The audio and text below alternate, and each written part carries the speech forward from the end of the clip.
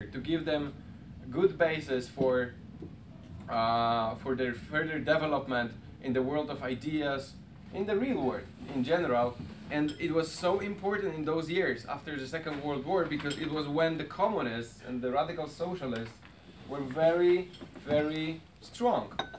And they actually had their own institute. It was called Intercollegiate Society of Socialists, also ISI.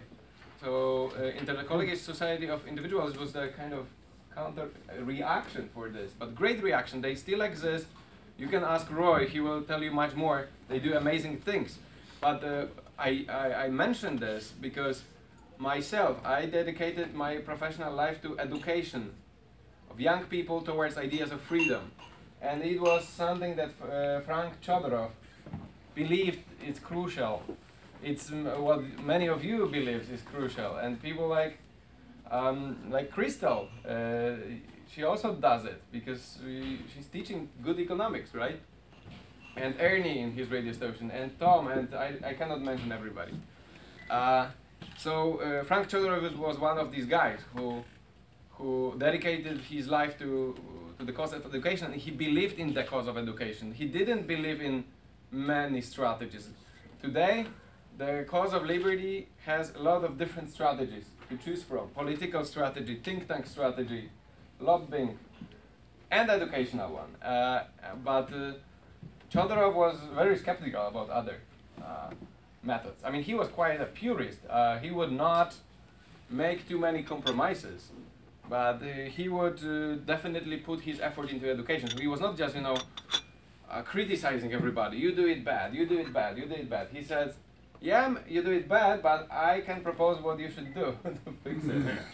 Okay, but coming back to some basics.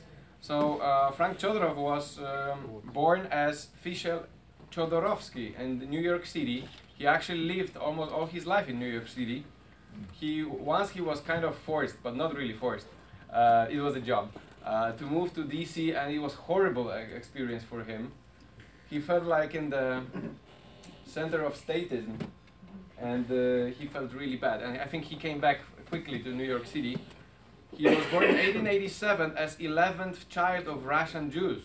11th child, imagine. He died in 1966.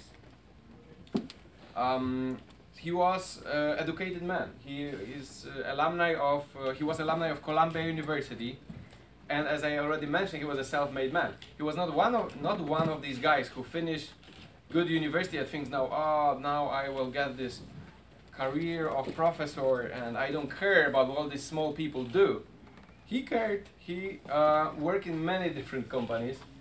He was advertisement manager, then he was clothing company owner, then he had some retail shop and few others. In his biography, which is called Out of Step, Biography of an Individualist, which I read.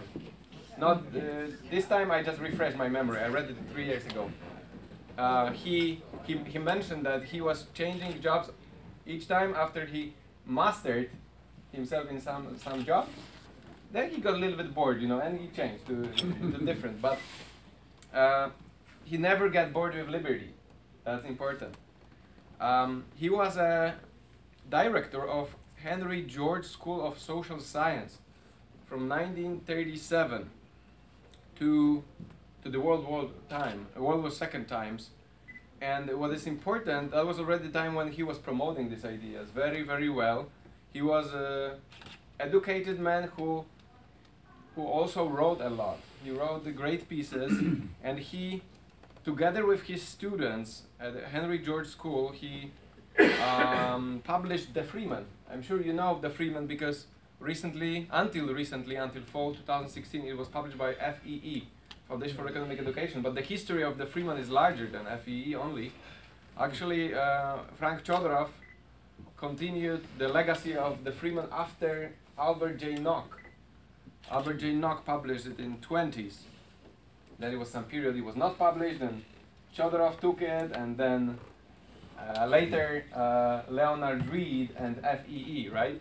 And now I think that it's kind of stopped, but I'm sure it will be continued in one way or another. So did Chodorov know Henry George? no, he was too young. Oh. But he was inspired very much. He even called himself, I'm Georgist or Georgist, how do you call it?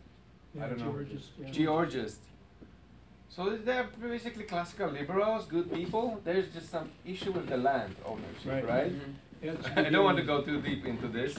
I'm not also specialist, but I don't understand these reservations too much, to be honest. But we have these people in the liberty movement, right? Also, agorists have some problem with land ownership and others. So between 1944, in 1944, he lost the job with Henry George School. You know why? Because he was against the war. I mean, not against the war. He was against American engagement in the war. And they didn't like it. There was a big pressure. You couldn't have a good position in the society and keep these ideas. No way. So he needed to found a new job for himself, and he did. He started a newsletter called Analysis.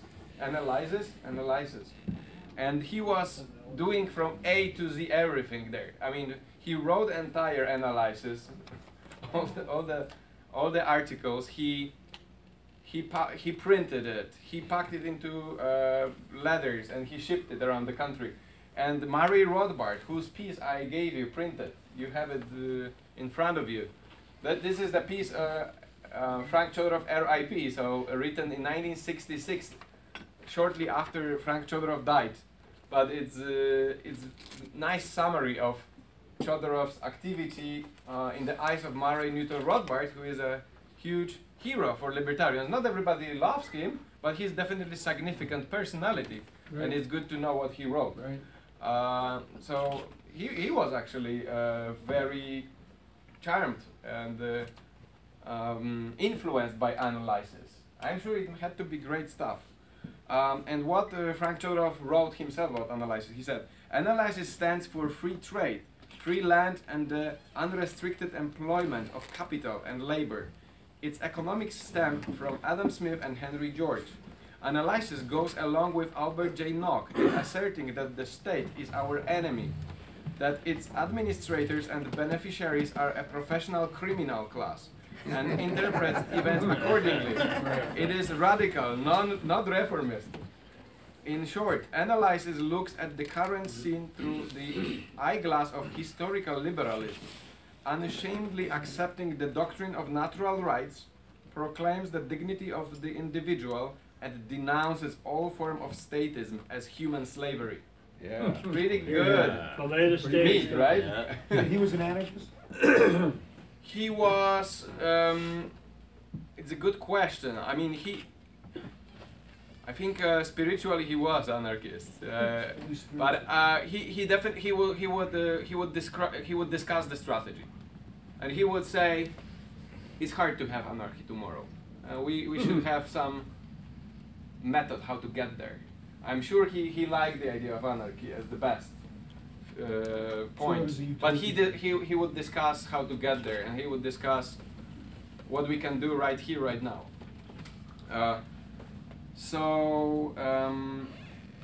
He was interesting personality.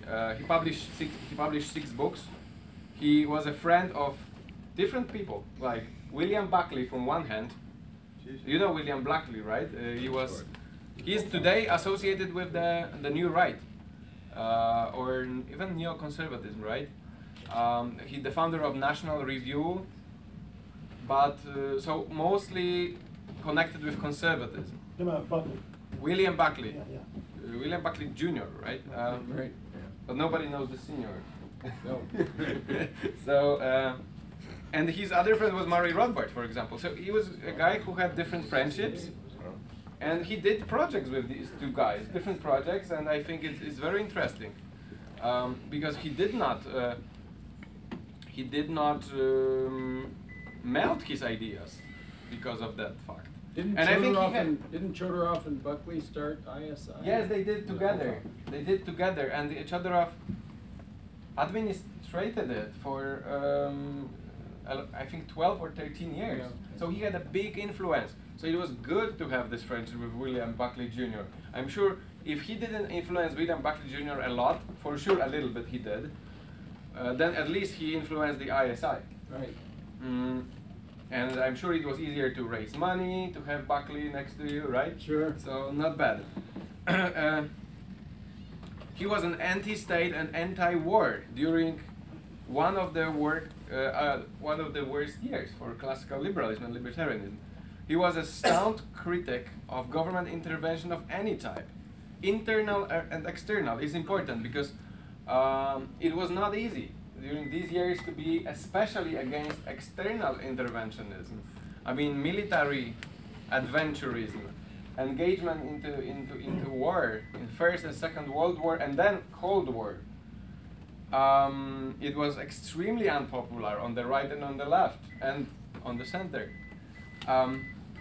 But he did. He believed interventionism is bad, and you cannot just cherry pick like this is good intervention, this is bad interventionism.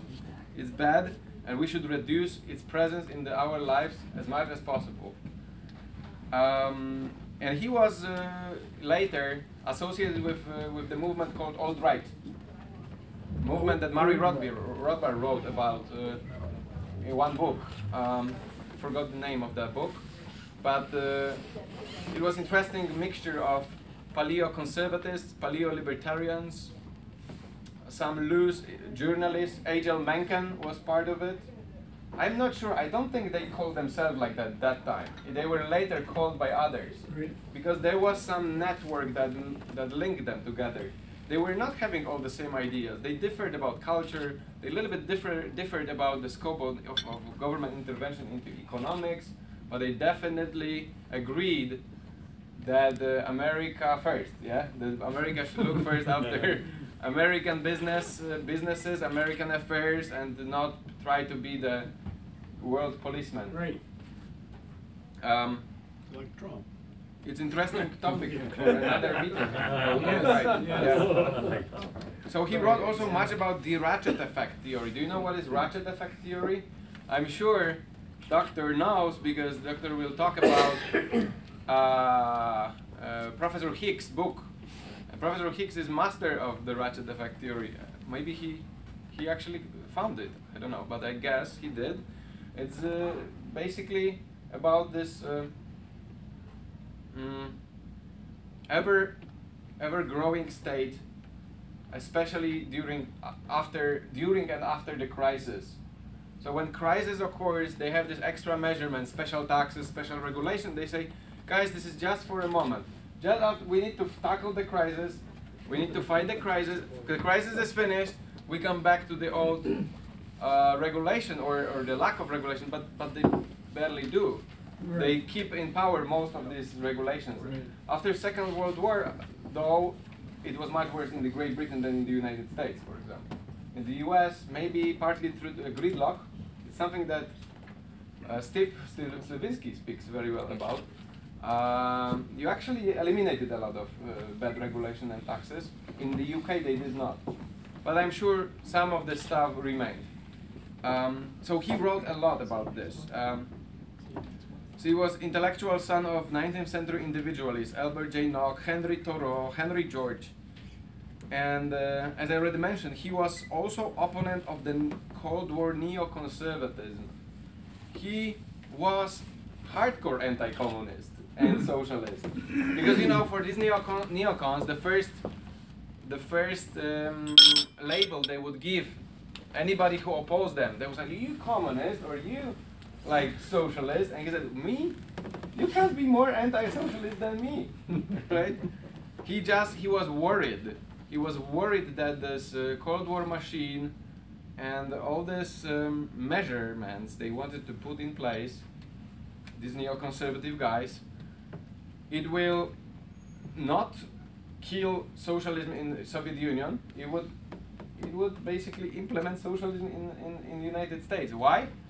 Because there was a need of control. So problems with freedom of speech. There was a need to make the military stronger and stronger, spend a lot of taxpayers' money, more than needed to defend the United States. and things like that. He said that for these reasons he called the Cold War a war to communize America. It's I don't want to judge it right now, because there can be different judgments. You know, we know what Reagan did later and how it finished.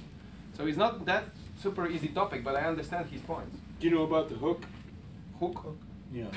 No. You know what the hook is? No. Captain Hook. No, you're getting the hook when somebody's on stage, you know, and they're time. Yeah. You want to tell me in 5 The minutes? hook. All right. Okay. So I need to go very quickly. I wanted to say a little bit about politics. So for him, politics is a game of particularism. But you know that, right? He was very right about this. He feared the lobbyists, and you know what? In the years when he wrote about it, I got it from the rise and fall of the society, published in late 50s. I think the problem was much smaller than today. But he was ringing this bell, guys. This is bad. You shouldn't do it. Because why? It's about buying power. These particular interest groups, they are all about special treatment. You cannot have equality under the law. You cannot have fair game in the society if you if there is a particular lobby. I don't talk about freedom lobby like AFP is. AFP goes there to talk to politicians and to remind them, guys, you should serve all the people, and only freedom can serve all the people, right? Because freedom is applicable same to everybody, but all the other stuff like subsidies or special taxes, especially complicated taxes, is always about making one group higher and another group lower. Lawyers. They know what they want to do. But of course there are some good lawyers. So it's all about pushing violence of one group against others. So we libertarians, we don't say it very often, but I think we care very, very much about peace in the society. And the libertarian solution, the very, very basic solution, is reducing conflict to minimum. Because if you don't give so much handouts, subsidies here, taxes here, punish these guys, reward that guys, we are about less conflict, and they are about more conflict. And they are the referee of the conflict. People very often don't see that conflict by their eyes because it's seen and unseen problem. But the politicians, I guess some of them also don't see it, but the ones who see it, they are really bad people because they are manipulating society and touching the strings and putting one groups against others, and they are fighting like dogs, and it's horrible. So what was Chodorov's theory of conquering and conquered? I think you should know.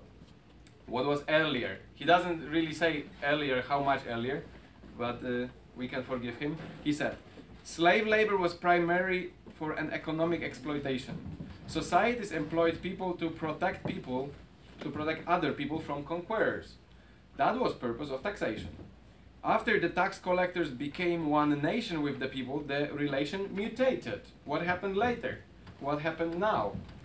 So now the division is different. It's not we protecting freedom versus them who wants to attack us.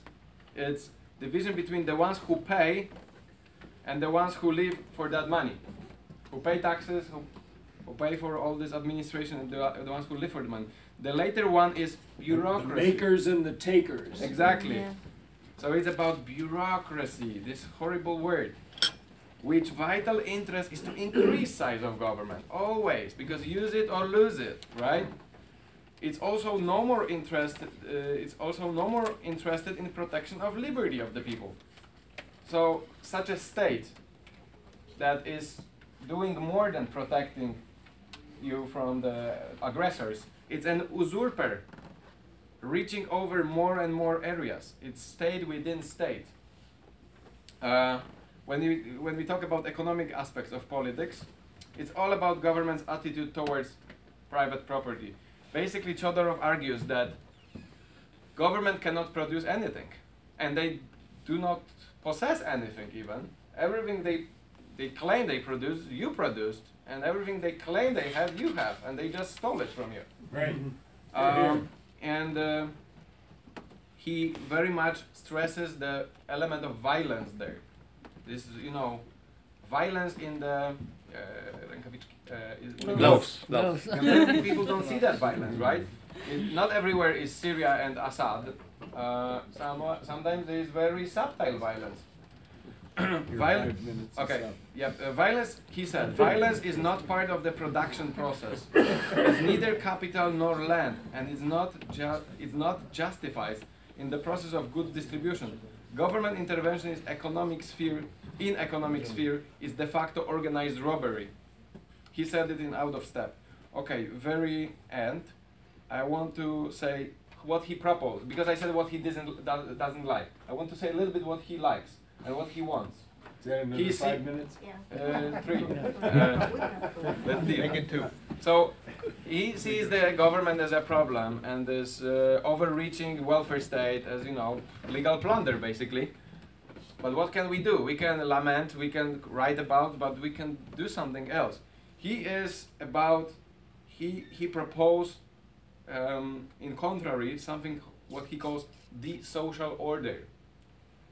And he says the government gets stronger and stronger with more and more acquired property on their side, but the strength of social order is measured by amount of property in the control of individuals. And currently people believe that liberty is a gift from government that is given to them for servility. We need to change this paradigm. So basically, he is calling for self-organization of the people.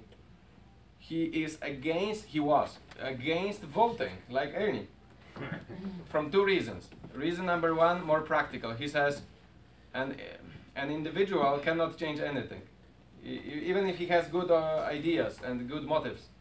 The organized groups are much better about this because they have stamina, they're organized, and they can poison more people, and they do it more effectively.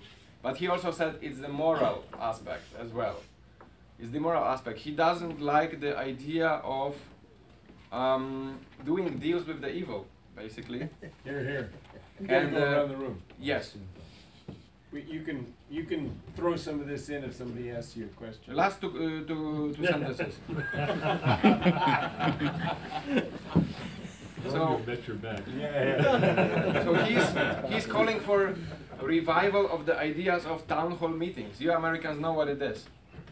He says, Jeff Light knows what it is. okay, if we cannot destroy the government tomorrow because maybe it's too hard, at least we can come back to the idea of town hall meetings, get people more organized, total decentralization and organization from the bottom of the engaged people. And he would call for preventive society. He wants people to go after politicians. So you would love them, Ernie, to see what they do, to ostracize them, to go after them, and to be suspicious. He used this word, suspicious. We should be suspicious because if we fall asleep, they will use this moment. We should be very suspicious, go after them, check them, ostracize them, and make sure they don't go too far by inch. And he is so much about self-organization. He says, okay, even if we need to do something together, then it's better by the town hall meetings to contract the experts and give them only as much power as is stated in the contract and as much money as is stated in the contract. So that's his positive idea. I have more stuff here, but it's too much time. Thank you very much. Okay, we only have time for really short comments. Start with Sue. I think it was an excellent presentation, and I want to attend the Wednesday, May 10th at 5:30, your fundraiser. Oh, Are you a perfect. nonprofit organization? yes, but moreover, we work very closely with Liberty International, which was previously called ISIL, and thanks to this partnership, we can raise tax-deductible funds. I mean, the money goes to them, and then they channel to us, and that's how we can save taxpayers' money as well. Good. Very good. Thank you, students, for